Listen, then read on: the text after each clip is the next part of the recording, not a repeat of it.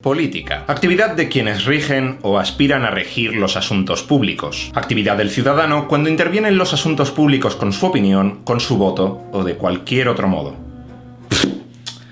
Seamos honestos, la última razón por la que te metes a este vídeo es para escuchar definiciones teóricas de política. Hay 1000 canales, páginas y libros que te hablan de ello con precisión, pero a pesar de todo, seguramente sigas sin entender cómo funciona la política en la vida real. Me llamo Jorge Coloma y en caso de que no me conozcas, soy un periodista que analiza la política española en YouTube. Pero a medida que he ido haciendo vídeos, muchas personas me han comentado que en realidad no entendían prácticamente nada de cómo funciona la política. Así que he decidido hacer una serie de vídeos llamados Aprende Política desde cero. Un conjunto de vídeos en los que te voy a dar herramientas para que tú mismo entiendas cuál es el funcionamiento real de la política. Y en este primer vídeo te voy a hablar de los 3 factores más básicos a la hora de que empieces a analizar política: el poder, la estrategia y la teoría de juegos. Y además te voy a pedir que te quedes hasta el final del vídeo, porque cuando termine de explicarte estas herramientas, te voy a proponer un reto para que empieces a analizar política desde ya utilizando precisamente estas claves. Así que bienvenido a Es Política, donde aprender política es aprender a defenderte.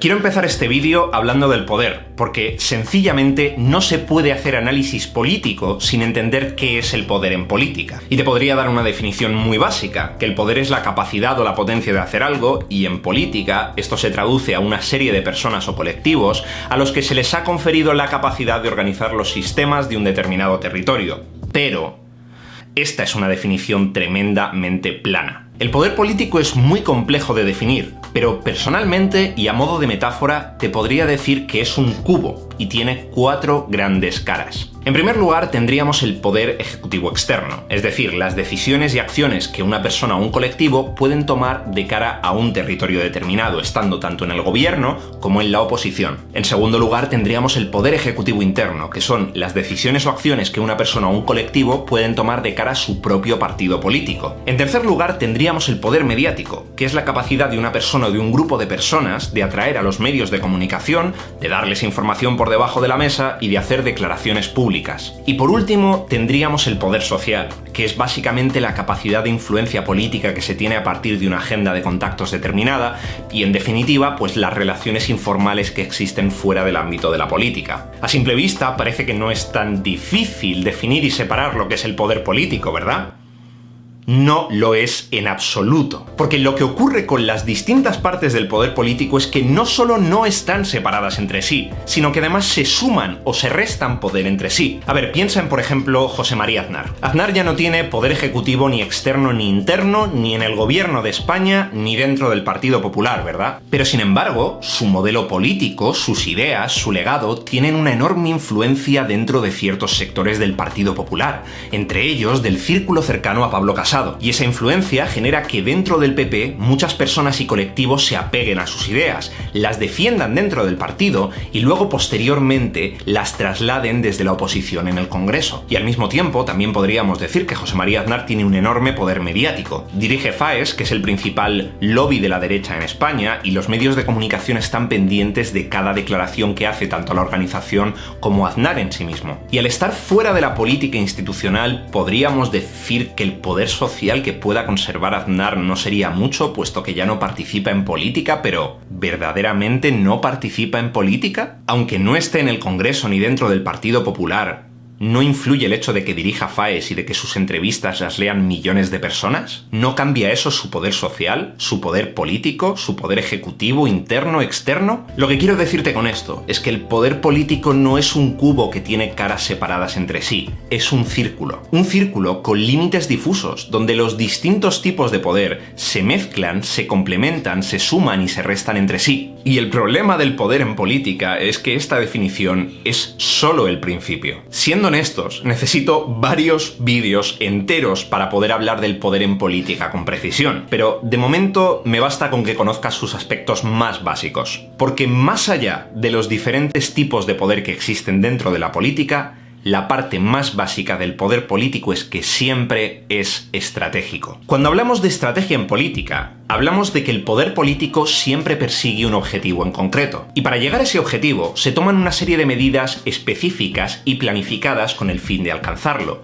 El conjunto de esas medidas es la estrategia política, y cada una de estas medidas se denomina táctica. Y si me preguntas cuál es la estrategia más básica que existe en política, esa es la de supervivencia. Y cuando te hablo de supervivencia en política, te hablo de nada más y nada menos que evitar perder el poder político del que dispone una persona o un grupo. Fijémonos en Ciudadanos, por ejemplo. En las últimas elecciones, Ciudadanos perdió una barbaridad de diputados y una barbaridad de votos. Para garantizar la supervivencia política del partido, varias voces internas pidieron y finalmente consiguieron que Albert Rivera dimitiese. Albert Rivera era el máximo responsable de Ciudadanos y por tanto el máximo responsable de ese resultado. Y ahora, para recuperar precisamente ese poder que se perdió, Inés Arrimadas está trabajando todo lo que puede en conjunto al PSOE durante la crisis del coronavirus para de esta forma intentar recuperar el prestigio y el lugar que tenía Ciudadanos. Porque más allá de la supervivencia, el principal objetivo de la estrategia política es conseguir más poder y controlar ese poder. Porque precisamente en política, conseguir y controlar poder es la forma más sencilla de garantizar la supervivencia política en términos individuales y en términos colectivos. Y de nuevo voy a necesitar varios vídeos para hablar de los distintos tipos de tácticas y estrategias que existen dentro de la política. Pero lo que sí puedo decirte es que todo este conjunto de tácticas y estrategias siempre se engloban bajo un mismo modelo, que es la teoría de juegos. Porque en último término, la política es un juego de poder de suma cero. En primer lugar, estamos hablando de la teoría de juegos. La teoría de juegos es básicamente un área de las matemáticas que utiliza modelos para estudiar cómo funcionan los ambientes donde existen ganancias y pérdidas. Y dentro de la teoría de juegos existen múltiples modelos de juegos para definir cómo se comportan los jugadores en esos casos. Pero en política solo existe un juego: el juego de suma cero. Y básicamente lo que este modelo viene a decir es que si juntamos las ganancias de un participante o de varios participantes con las pérdidas de un participante o de varios participantes, el resultado es cero.